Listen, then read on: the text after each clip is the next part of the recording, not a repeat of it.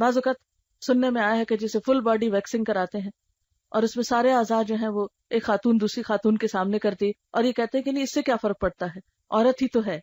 اس چیز سے منع کیا گیا. قرآن پاک کیا بتا رہا ہے؟ والحافظین فروجہم والحافظات. عورت کا عورت کے سامنے بھی ستر ہے. یعنی صرف یہ نہیں کہ مردوں سے ہی اپنے جسم کے اعضاء کو چھپانا ہے، عورت کو عورت کے سامنے بھی حیا کی ضرورت ہے.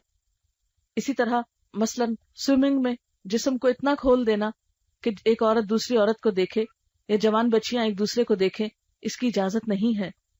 اسی طرح ایسا لباس نہیں پہننا چاہیے کہ جس سے جسم کے اعضاء جھلکیں. بعض اوقات بچیاں ٹائٹ جینز پہنتی ہیں جس سے ان کے جسم کا ایک ایک حصہ جو ہے وہ نمایاں نظر آ رہا ہوتا ہے. یا اسی طرح یہ نہیں کہ یہ صرف عورتوں کے لیے ہے، مردوں کے لیے بھی ہے، لڑکوں کے لیے بھی ہے کہ ایسے ڈریسز پہننے سے منع کیا گیا ہے کہ جس سے ان کے جسم کے قابل شرم حصے، پوشیدہ حصے سامنے آئیں. اور عورتوں کو تو خاص طور پر اپنے سینے کی حفاظت کے لیے بھی کہا گیا ہے. قرآن پاک میں خصوصی طور پر فرمایا وَلْيَضْرِبْنَ بِخُمُرِهِنَّ عَلَى جُيُوبِهِنَّ. انہیں چاہیے کہ اپنے دوپٹے اپنے سینوں پر ڈال کر رکھیں.